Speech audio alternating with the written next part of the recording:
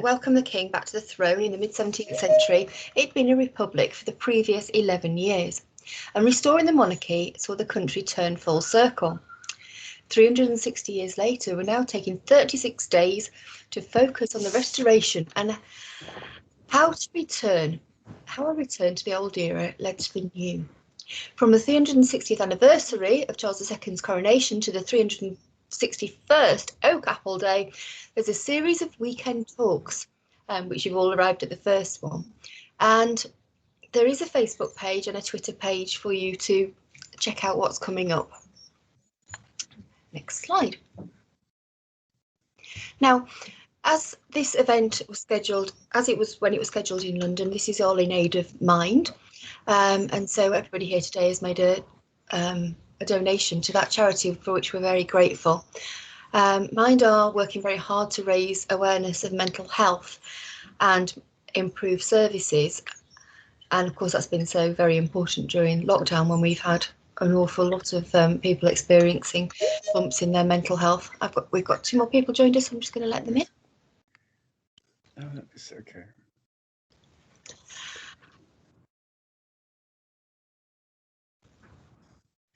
Right, so on with the intro proper. So the restoration in the context of the history of England, the term restoration has 2 meanings. On the one hand, it refers to the country's return to monarchy in 1660, but it also describes the period that followed. And this was a period that saw tremendous highs and lows across all levels of society. So, for example, on this slide, we have a bill of mortality, which shows the time of the plague and the catastrophe that was for the country in terms of loss. Somebody here. There we go.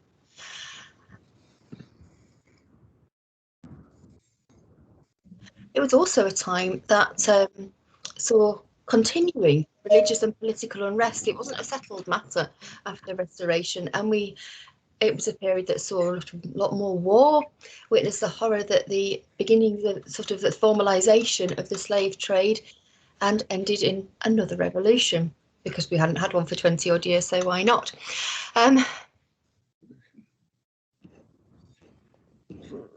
It's also a time of theatre and fashion, a time of revolution in theatre and fashion, with the frivolous rakes and outrageous libertines, and of ingenious innovation in what back then they called natural philosophy, which we might call the sciences. And with the Restoration, it acquired something of a fresh focus. When it comes to the scientific colossus that was Isaac Newton, focus is the operative word. Possibly the Restoration's best known name, Newton. Have his slide up. Newton was so caught up in his scientific ponderings that he would sometimes forget to eat, even when food was ready and served and waiting beside him. While his cat reportedly grew very rotund through benefiting from this, the whole world, of course, would benefit from the breakthrough in the understandings that Newton came to achieve. As if his laws of motion weren't brilliant enough in themselves, they also led him to laws of universal gravitation, and on the tangible front, he gave the 17th century its first practical reflective relative telescope. Moving on to another scientist, Robert Hooke. Hooke published Microcosmographia, a book containing awe-inspiring illustrations and detail he observed through his microscope. Never before had people seen the claws of a flea or realised the structure of a leaf. All this was new and exciting in the Restoration era. And Hooke himself coined the term cell in its biological sense. Also, now moving on to slide 10, needless to say, the mixture of art and science can also be seen in the field of architecture.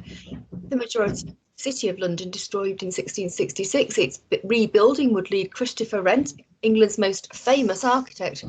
St Paul's Cathedral is considered to be his masterpiece, but Wren was a polymath and also known to turn his attention to exactly what buildings protected you from, for example, the weather.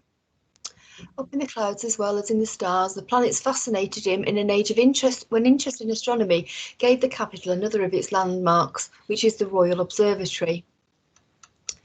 Back in the laboratory, alchemy was slowly giving way to chemistry, thanks in part to Robert Boyle, whose work in various disciplines would have a dramatic effect over the centuries to come.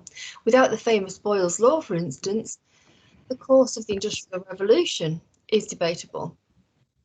It's perhaps a newfound emphasis on experimentation that led to such advancement during the Restoration. Boyle was instrumental in this too, and key in the establishment of the Royal Society, which strove to promote experimental learning. The Society moved forward in many ways, and there's a famous story of it letting a woman attend a meeting, but of course that woman was a duchess, so had a slightly easier ride into the meeting than an ordinary woman like myself perhaps would have ever the chance of getting. So she attended in 1667, following the publication of her writings on experimental philosophy. You can see on the slide a picture of an air pump, but had it just been a society, its impact probably wouldn't have been so marked. Being interested in natural philosophy himself, the new King Charles II granted the society 2 royal charters, and his patronage served to encourage the discovery and invention. As we can see on here in Charles's sundial. When you think about the influence the king had, it's almost hard to believe monarchy was a non-entity in official terms just a few years before this.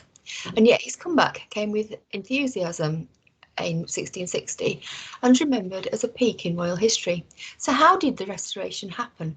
Why did it go full circle to bringing this back? Well, we've got the perfect person to tell you. He's an associate professor in social history at the University of Oxford. I thought there might be a slide dedicated to you, John. I hope not. We can see you in person, we don't need a slide. Exactly. Yeah. His book on the first century of welfare concentrated on the economy of Lancashire back in the 17th century, and he's got another book for us in the pipeline. If you follow him on Twitter, you'll probably know he has the greatest talent for making history entertainment. So sit back and enjoy as I hand you over to the amazing, it says here, so I've got to read it out, Dr. Jonathan Healy. Thank you very much, Sarah. Now, I may well be an amazing, but I may am amazing or not. But I do. Can you send me the thing so I can upload my Yes. PowerPoint, so that those people who don't want to be dazzled by my face can at least have a PowerPoint to look at. Yes. Oh, here we go. Oh, it says here you're a presenter. Oh, fantastic. There we go. So if I can, so I need to upload. Here we go. Share content. I have done this lots and lots of times before, but I always forget every time how to do this. So in a second, we should have a nice PowerPoint come up. It's loading, which is good. That's a good sign. There's a little green bar. The green bar of joy is going across my screen, which is nice, although it has stopped. No, it's going again. Excellent. Here we go. And there we go. We are up and running. So you should be able to see an image of. Well, I'm sure most of you know what this image is. This is an image of Charles I's procession before his coronation in April 1661. If anyone can't see it, then do please raise your hand or shout or anything, because I would like to show you some pictures. They're not absolutely integral if you can't be bothered with them, that's fine, but they are quite useful if you are interested. Okay, right. So as I say, this is an image that many of you will know. It's Charles II's coronation procession through London, shortly before his coronation on the 23rd of April 1661. But I want to start the story with an event nearly a year that's a bad start. Nearly a year earlier, when Charles II entered London on his way to restoration, being restored to his monarchy. It was a culmination of a short journey from Dover through celebrating crowds. The images we have are of people flocking from the surrounding countryside and thronging to his coach as he and to his procession as he went through the Kent countryside. which is a phrase that you need to say very carefully. And they were not just celebrating the return of monarchy after 11 years, but they were also celebrating, of course, the merry month of May, which was a traditional festival month, which had, of course, been suffering official disapproval during the Republic. Charles had landed in Dover on the 25th of May, his journey described in inimitable fashion by Samuel Pepys, who was there. And this is what Pepys has to say about the journey on the boat across from the Netherlands. Pepys says, "Our captain steered and my lord went along bare with him. I went and Mr. Mansell and one of the king's footmen with a dog that the king loved, which shit in the boat, which made us laugh, and made me think that a king and all that belong to him are but just as others are." So as Pepys suggested in his own unique way, the Restoration was a grand unifying moment, or at least it was supposed to look like one. But was it? Indeed, what really was the Restoration, and why did it happen? Those are the questions I want to be asking today in this talk. And in order to answer those questions, we need to go back to a very different event, one just over 11 years before Charles came into London in May 1660. Here's another image, which of course most of you will be familiar with, and it's an image of the regicide. In 1649, the scene at Westminster was very, very different. On a frosty January day, King Charles I, Charles II's father, was beheaded on a scaffold outside his own father, James I's, banqueting house. The contrast between the neat Italian building, which is of course still there, symbolising the divine order, and the revolutionary act being played out in front of it was stark, really quite stark image.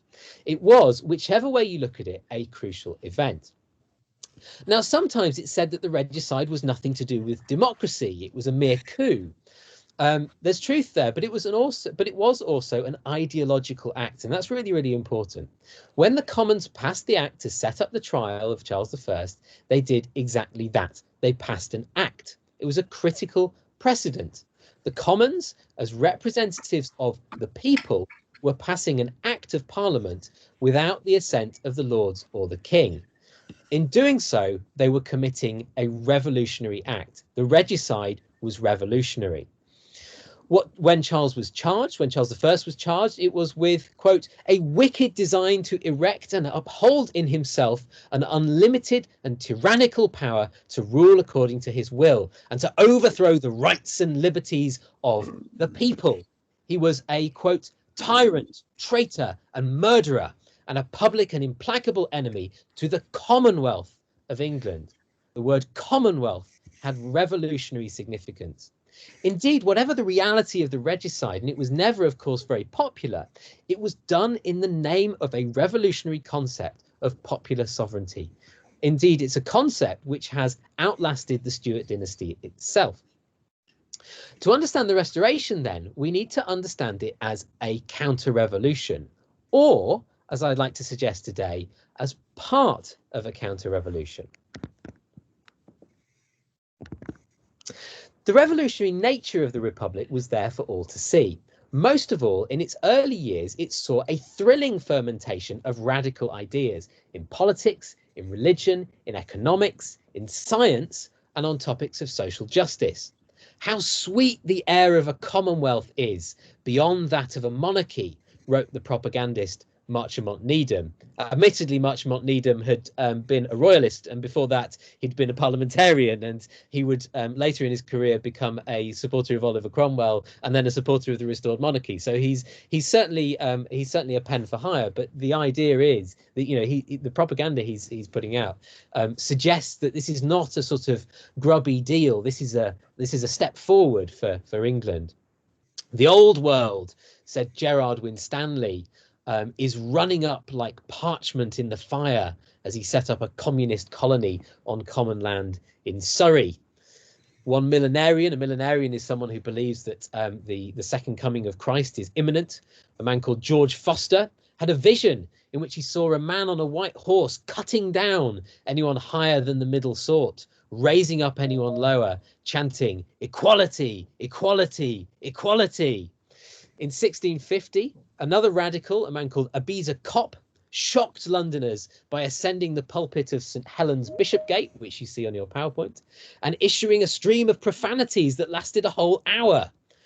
"Have all things common," he wrote, "or else the plague of God will rot and consume all that you have." Some of his fellow travellers, the so-called ranters, argued that those that are most perfect are those which do commit the greatest sins with the least remorse. Meanwhile, a new sect called Quakers claimed that one could gain salvation by welcoming the inner light of Christ into your hearts without the need for organised religion. There's a radical ferment during the early years of the revolution. But at the same time, the more genteel pursuit of science and technology got a massive kickstart as well. And this is something that I want to kind of note, really, which is quite important. It's not just about radicals like Kopp and like Winstanley. There's also a sort of general sense that, the old world has gone and the new world can bring improvement. It can bring scientific development. So a man like Samuel Hartlib, an immigrant intellectual close to the government, thought the Republic should push for, quote, "the improvement of all human affairs in all persons everywhere." Meanwhile, one of the best sellers of the 1650s was an agricultural writer, a former army captain called Walter Blythe, who believed that agricultural improvement would bring a prosperous future. And here's a quote: "This very nation may be the paradise of the world," he argued, "if we can but bring ingenuity into fashion." So it was a time of ferment and radicalism and new thinking. In fact, there are two things going on here. Firstly, there's a sort of general belief in improvement and innovation, which had partly arisen out of tearing down the old certainties of the world. This was the world of Hartlib, for example. But I don't want to underestimate that radical tendency, and that's what's really, really important for this bigger story about the Restoration. To us, it's quite thrilling to see these new ideas come out, but to many at the time, and remember this is a fundamentally fairly conservative culture, it was very, very scary. It doesn't take much for us to see why the ranters, for example, were so concerning. Abiza Kopp was bizarre and unsettling to a predominantly socially conservative population. We can say the same about Winstanley's diggers, Winstanley's Surrey communists. They really did challenge the economic order of the day, and most people found that profoundly unsettling. The Quakers were considerably more disruptive then than in later generations, and there were notorious incidents in which Quaker women strolled naked through Oxford, for example, of all places. And of course the infamous James Naylor incident, which many of you will know about, in which a prominent Quaker entered the city of Bristol on a donkey, imitating Jesus's entrance into Jerusalem. In fact, it's clear to many, including regicides and Republicans, that the radical tendency of the revolution was a real problem. So, gradually, the established powers of 17th century England tried to claw back control. The first 4 years of the Republic, 1649 to 53, saw government by the House of Commons, the Rump, so-called, because it represented only those MPs who had been willing to put the king on trial, or later, who had reconciled themselves to the Kingless Republic. But the Rump, of course, fell foul of Oliver Cromwell and the Army High Command, so they kicked it out in 1653 and created a new form of government, attempting to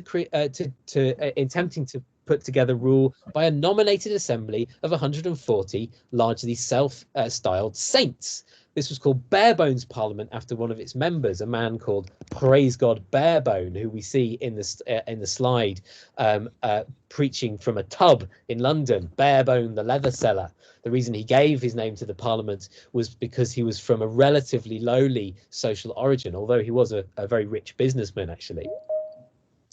Barebones Parliament proved to be a divided body, with a radical wing vying with the Conservatives, until the Conservatives staged their own coup in December 1653 and handed power back to the army. So what did the army do? Well, here is the first stage, if you like, the first major stage in this long counter-revolution that I'm describing. At the same time Barebones Parliament was dissolving into acrimony, one of the great unsung geniuses of English history was sat in his mansion at Wimbledon, surrounded by the plush gardens he was developing, dreaming up a new constitution. His name was John Lambert. He's from the Yorkshire Dales, and he had a successful career in the army behind him. And he presented a new constitution to the Army High Command and to Oliver Cromwell. It was called the Instrument of Government, and it was England's first written constitution.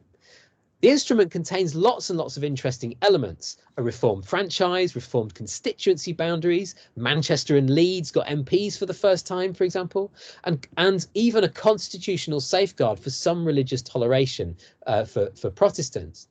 Crucially, though, for our purposes, it also provided for government by a single person and Parliament. At this point, Parliament was to be a single chamber. There was no return to the House of Lords. But it was a step back towards a more traditional form of constitution, something closer to what has existed before the revolution. As Muchmont Needham put it, now of course working as a propagandist for the new regime, Parliament's always sitting are no more agreeable to the temper of the people than it is to a natural body to always take physic instead of food. The key was to get balance. So as Needham said, it was a bit like a body which just took medicine rather than eating food. That's what had happened before when the rule was by Parliament. What you needed was a balance, the idea of a balanced constitution between a single person and Parliament. In fact, in the instrument's original form, it would even have made Oliver Cromwell king. It wasn't the first time Cromwell had considered the kingship. In 1652, having run into the pedantic lawyer Bulstrode Whitlock in St James's Park one sunny November afternoon, Cromwell suddenly asked the lawyer, what if a man should take it upon him to be king? Whitlock thought it was a bad idea, and Cromwell quietly dropped it. But in December 1653, he was offered the crown again, this time by Lambert. Cromwell refused it, and the offer was again hushed up. No one knew about it, and even now the details are very obscure. But even talking about kingship and a balanced constitution of a single person and Parliament was a step back from the full-blooded republicanism of the Rump. Indeed, when Cromwell's first Parliament sat under his new protectorate, he ostentatiously dressed it in the language of the landed social order. A nobleman, a gentleman, a yeoman, the distinction of these, that is a good interest of the nation and a great one. This is crucial. The Cromwellian protectorate under Lambert's instrument of government not only tried to bring back elements of the balanced monarchical constitution, but also presented itself as representative of the old social order. Nobles, gentlemen, yeomen, not a digger in sight, you might say.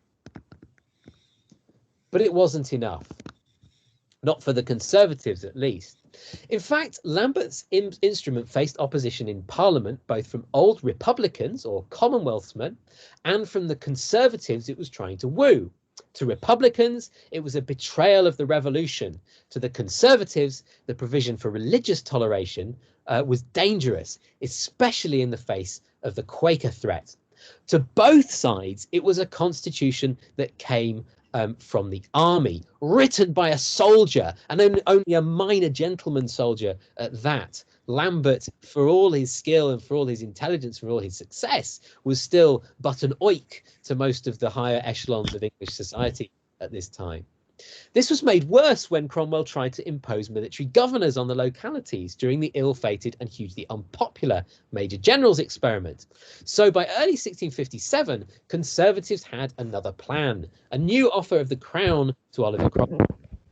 Presented as part of a new written constitution, the so-called Humble Petition and Advice, it was another step back towards the pre-revolution settlement, with a king and a House of Lords, plus a move away from religious toleration.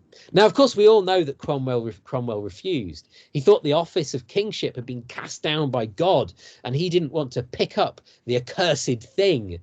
But he accepted the rest of this new conservative constitution. His protectorate moved even further away from the original radicalism of the revolution. Lambert was forced out and went back to his gardening. What about the crucial issue of sovereignty? Well, this is complex. Cromwell famously liked the idea of providence, which looks almost like divine right. It's not that different to how James I would have justified his rule. And it's certainly not the full-blooded sovereignty of the people as touted by the regicides or the rump.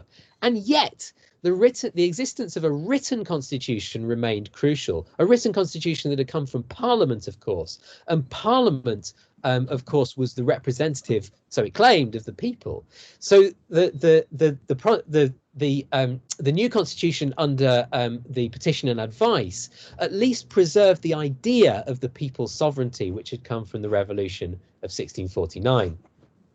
But by 1657, the Cromwellian Protectorate had moved towards a broadly acceptable, balanced and moderate constitution.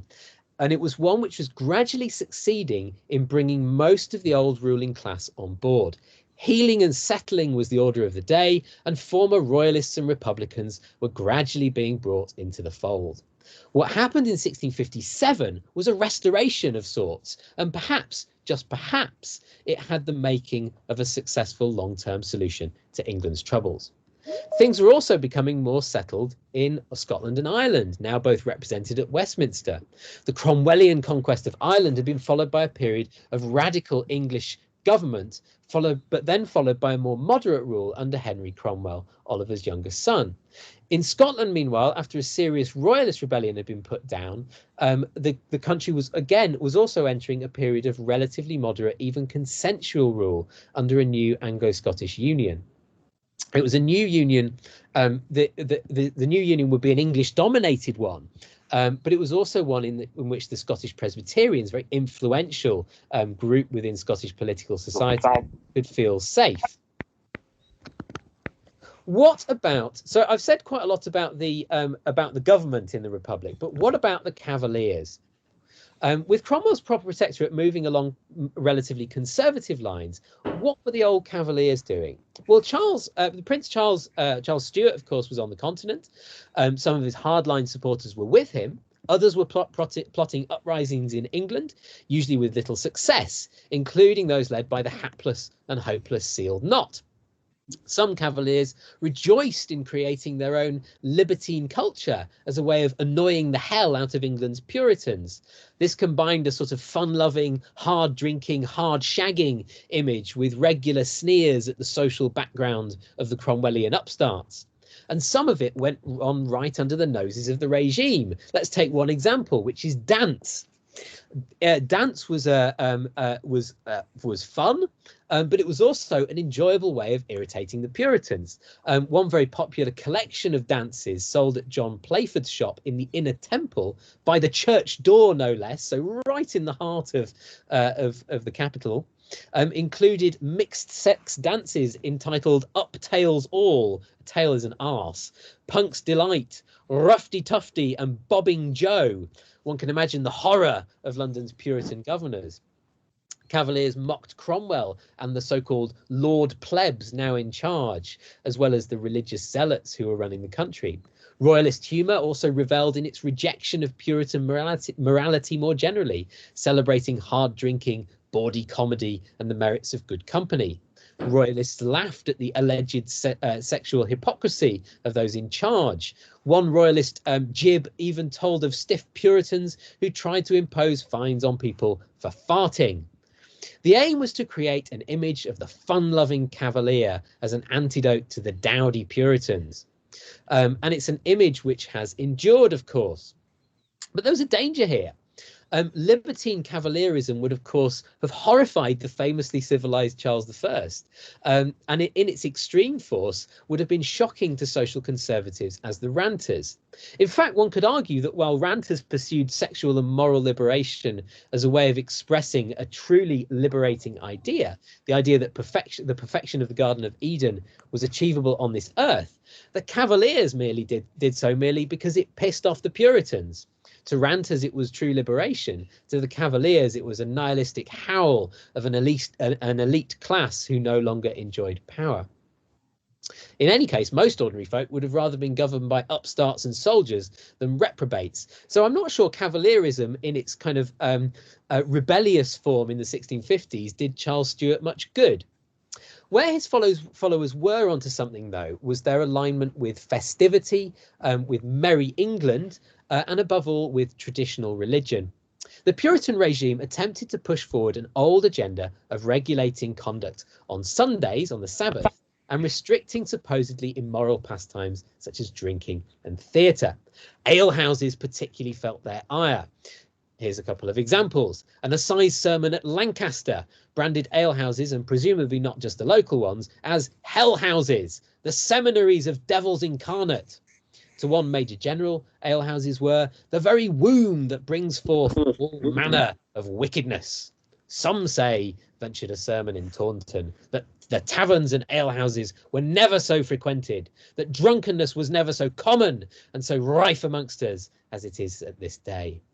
If royalists could align themselves with the ideal of good fellowship, with traditional festivities, including, of course, Christmas, which was under official disapproval, and with good neighborhoodness, with good neighborliness, or good neighborhood, then they could plug themselves into something much more attractive than mere libertinism. Puritans, it had been quipped at the start of the century, were people who loved God but hated their neighbours. This meant royalism could set itself up as a bastion of good neighbourhood. It could also align itself with traditional religion, and particularly the Book of Common Prayer, which was widely popular, certainly much more popular than the regime's Directory of Worship, which was supposed to have replaced the prayer book, but was was not widely popular. So this was a basis for a sort of popular royalism that stood a real chance of surviving the Republic. It didn't lie with the sort of libertine cavaliers that we all know and love. It lay with a more traditionalist culture, which emphasised good neighbourhood, with festivity, and with the Book of Common Prayer. Despite all this, had Cromwell lived longer, or had he bestowed his protectorship on someone who commanded the respect of the army, then perhaps the restoration would never have happened. Or more properly, perhaps, the restoration would be remembered as something that happened in 1657 under House Cromwell, not 1660 under House Stuart. But Cromwell did die, and he did probably leave his position to his eldest son, Richard, a rather bizarre, if telling, adherence to a conservative hereditary principle. Richard Cromwell was a likeable man, but he was inexperienced and had nothing of his father's instinct, and he lacked the confidence of the army. So fairly soon he was forced into retirement, and of course he lived a long retirement, eventually ending up in Hertfordshire, living until 1712. Amazingly, Richard Cromwell was replaced by the old Rump Parliament. For all the conservatism of 1653 and 1657. It seemed like the Republic was once again on a radical path. In August 1659, discontent blew up into a full-blown uprising when Sir George Booth tried to raise rebellion in Cheshire. He was joined by some old Cromwellians, even one of the regicides, Richard Inglesby. But most royalists stayed at home. The sealed knot were as useless as ever. Indeed, some of them were actively collaborating with the regime. And Booth ends up getting rounded up, wearing disguised as a woman in Newport Pagnell when one of his assistants went to try and buy a razor, and so he gets thrown in the Tower of London. All a rather hapless end to what was supposed to be a major royalist uprising. Even in late 1659, there isn't a particularly strong desire for restoration yet. In September, the Rump then picked an unnecessary fight with the army, though, leading to another standoff at Westminster. Amazingly, the government sat in limbo for a whole 2 weeks, but effectively, the Rump once more was dead and the constitution up for grabs. Lambert was back in action. The army tried to create its own executive called a Committee of Safety, which for those of you who know the French Revolution is, of course, a rather ominous sounding body. Many of the law courts ceased to sit. Pamphlets rolled off the presses once more, and there was a club called the Rota, founded by the great Republican thinker and friend of Charles I, James Harrington, at a coffee house next to Parliament to discuss constitutional and Republican ideas. It was jammed every evening, and its debates, attended by some of the brightest male minds of the day, were settled using a ballot box. In the city, there was agitation for a free Parliament. Meanwhile, at Coldstream, on the Scottish border, General George Monk watched patiently. Who was George Monk? He's a crucial figure, of course, in what happens next. He was the son of a relatively poor Devon gentleman, the fourth child of 10, no less. Monk was a bluff, coarse infantryman who had risen through talent and hard work. He'd fought against Spain for England, then against Spain for France, and then for the Dutch Republic, before fighting for Charles I against Parliament, and then, after a moderate spell in the Tower, for Cromwell in Ireland. He loved tobacco and pots of ale. When his wife did the laundry during his stay in the Tower, she came to be called Dirty Bessie, and Monk found this funny. Appropriately, he traced his ancestry to a bastard son of the muscular Yorkist king Edward IV. But all this Falstaffian bluster in Monk concealed a canny intellect. It was later said that Monk had contemplated joining Booth's Rising, that he'd already returned to active royalism. But it's not quite sure whether that's true. It's not quite clear whether that's true.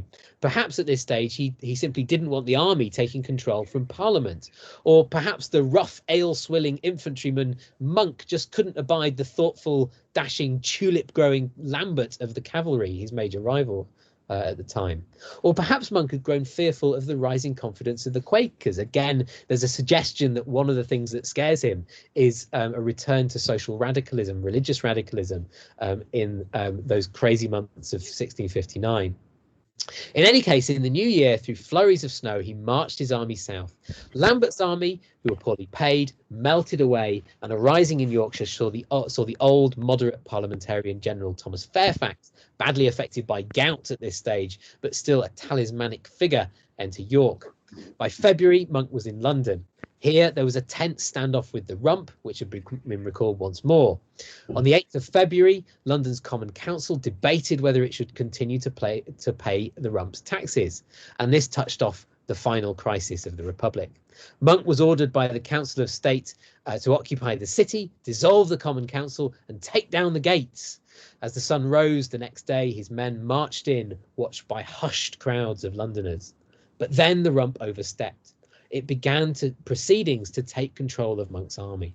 On the 11th of February, a Saturday, the general fought back by demanding that the Rump proceed with elections. On the same day, he met with the Corporation of London at the Guildhall. Suddenly, it appeared that he was about to come out against the Rump and in favour of a free parliament. And a free parliament, everyone knew at this stage, would immediately invite Charles Stuart to come over and take the kingship. The only way that the Rump was holding on at this stage was by preventing elections to a new parliament. So at that meeting, it becomes clear that that Monk is going to support a free parliament, which everyone knows, and everyone knows what that will mean.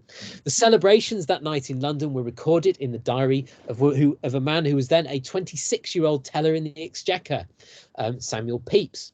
In Cheapside, he wrote, there were a great many bonfires and bow bells, and all the bells in all the churches as we went home were a-ringing.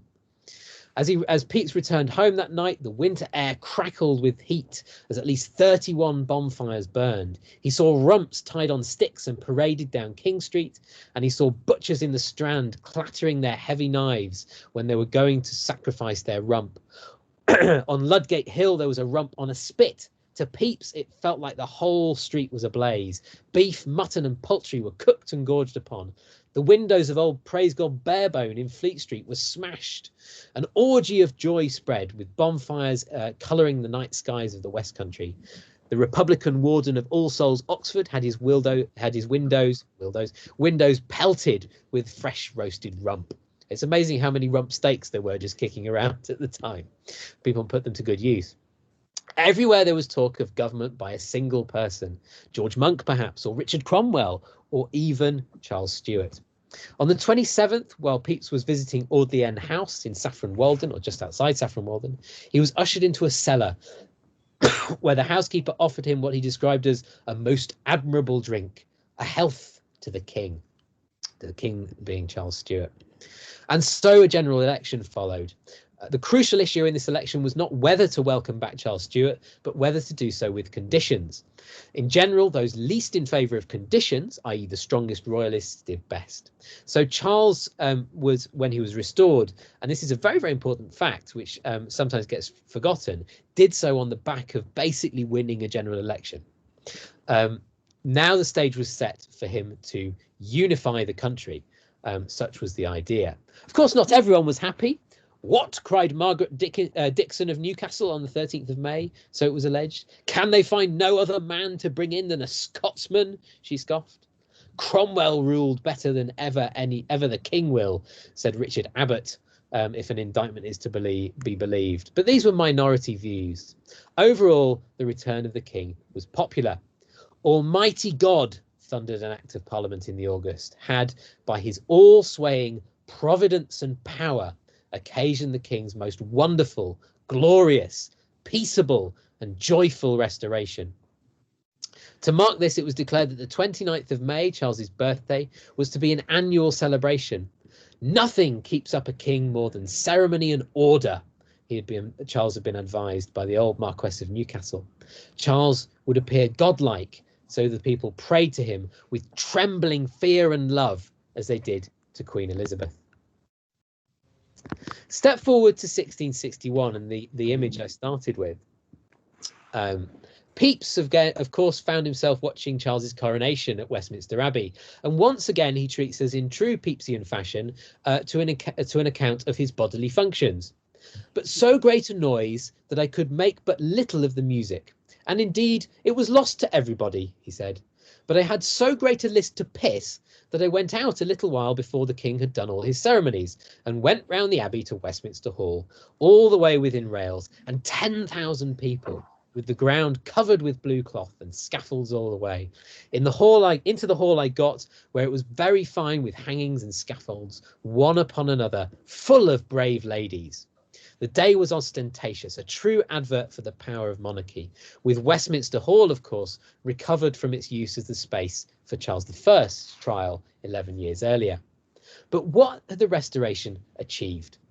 I want to finish off by talking a little bit about what the Restoration was and what it achieved. The new regime put a lot of store in festivities. As I say, the king's birthday was to be Oak Apple Day. Morris dancing and maypoles were back, as were Christmas and Easter, as of course was the old prayer book. In fact, a new version was in the pipeline. But religious fractures were as dangerous as they ever had been. The old Anglican Church was back with its cathedrals and bishops, but it missed a golden opportunity to comprehend Presbyterians. Instead, in the coming years, the Church worked specifically to exclude them, as well as other dissenters. The so-called Clarendon Code, named after Charles's experienced Lord Chancellor, who in fairness was not the driving force behind the code, explicitly excluded around 15 to 20% of English Protestants from the church, forcing them to become dissenters.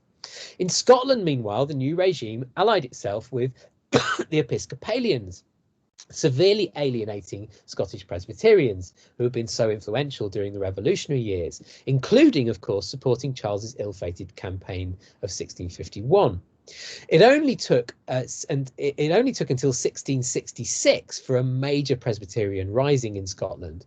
Finally, in Ireland, the new government was unable to overturn the Cromwellian land settlement, storing up yet more trouble for the future. And in England, Charles was still stuck in dependence on Parliament. The Restoration had brought back the world of 1641, not 1640. This was crucial because some of the key planks of the old monarchy were gone. Most notoriously, the notorious Court of Star Chamber, but also fiscal expedients like ship money, which had helped finance Charles I's government. Now, Charles II smartly disbanded the army, except the Coldstream Guards, reducing his outgoings significantly, but his state was still perennially short of cash, still dependent on Parliament and a very creaky tax infrastructure. He soon found himself criticised for his failing foreign policy, not unconnected, of course, failing in wars against the Dutch and becoming little more than a satellite of France. It was all, people commented rather acidly, a come down from the days of Cromwell, when the British Isles were feared across the continent. It was only later in the 1680s when the Restoration monarchy found itself at the hub of an expanding imperial and trade project, backed by the East India Company and, of course, the horrific profits of the Royal African Company, that it could dream of independence from Parliament and a powerful foreign policy. What of society? Was Restoration society something new? Of course, we all know about plague and fire, but Charles II's society also showed many signs of stability. From the mid-17th century, the population had stopped growing, and this may seem like a bad thing, and indeed people worried about it. There were even probably flippant, I suppose, discussions in one of Charles's parliaments about legalising bigamy as a way of dealing with low population. But it meant there was less pressure on resources. Food and rents were cheaper, wages were higher. In England, at least, famine was now a thing of the past. And after the 1660s, plague disappeared. Small towns grew. Urban life became associated more with coffee and concerts rather than the high tension of the early 17th century.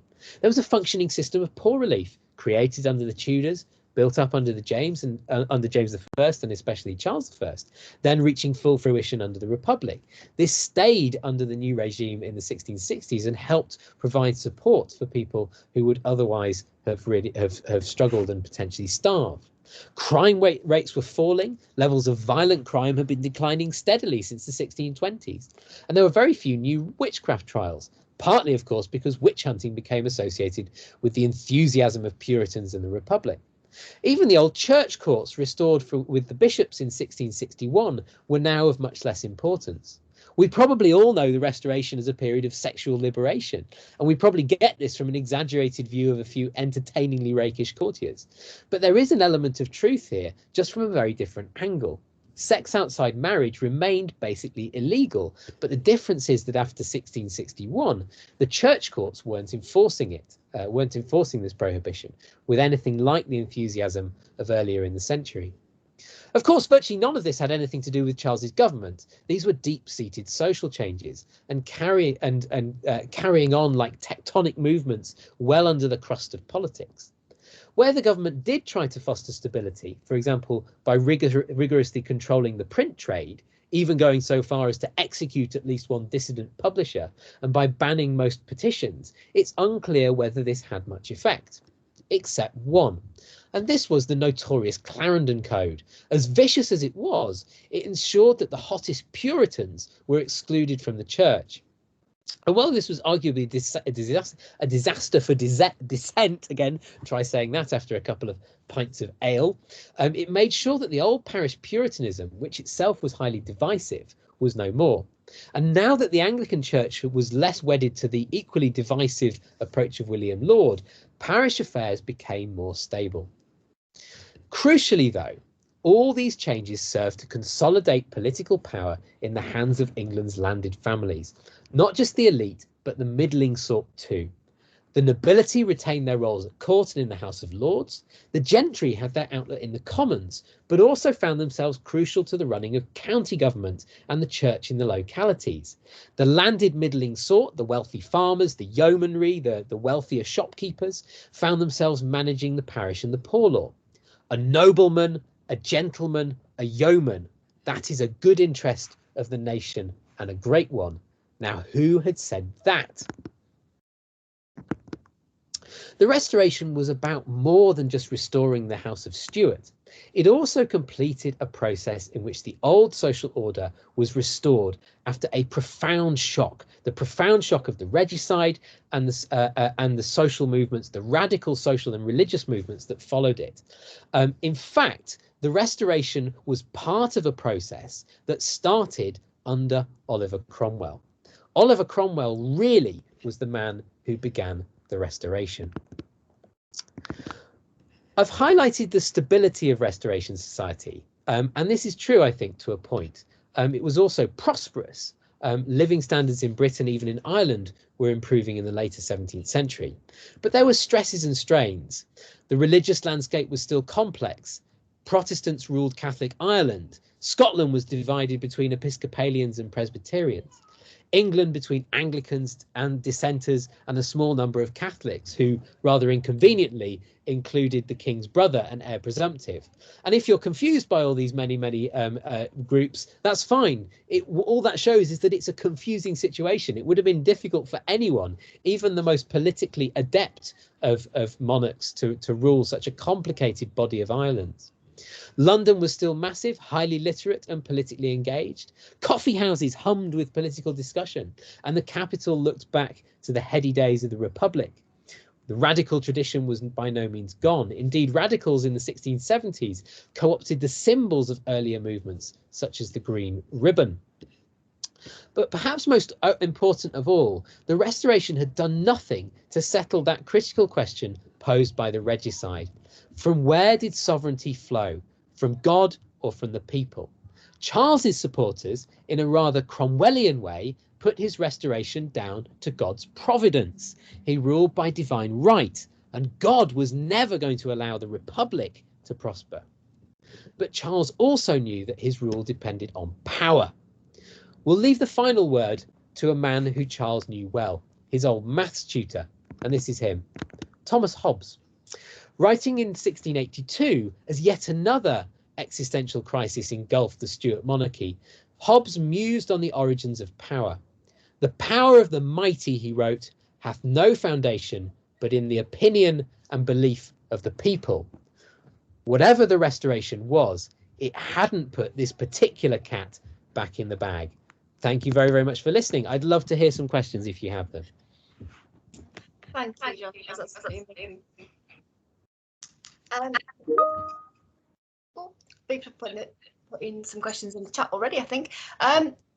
If you'd like to ask a question, please feel free to raise your hand. If you look next to the text symbol along the top row, there's a smiley face, and there next, when you hover over there, you get a series of options, including to raise your hand or to give John a round of applause. Very well earned. So if you'd like to raise your hand, it might be easier. But I don't always see everybody. So, you know, if you have got your hand raised and I don't come to you, do feel free to unmute yourself and make your point or ask your question. Shall I deal with the question from Rebecca in the chat, which is a great question. How important do you think the cities of London and Westminster were in ensuring the success of the restoration of Charles II? And do you think we see similar levels of support across Britain? It's a great question, and I think the answer is I see them as being really, really important. And actually, I think one of the unifying strands of 17th century English history is that London has grown massively, and we're talking about somewhere which in the reign of Henry VIII would have fit inside Wembley Stadium today, has grown to something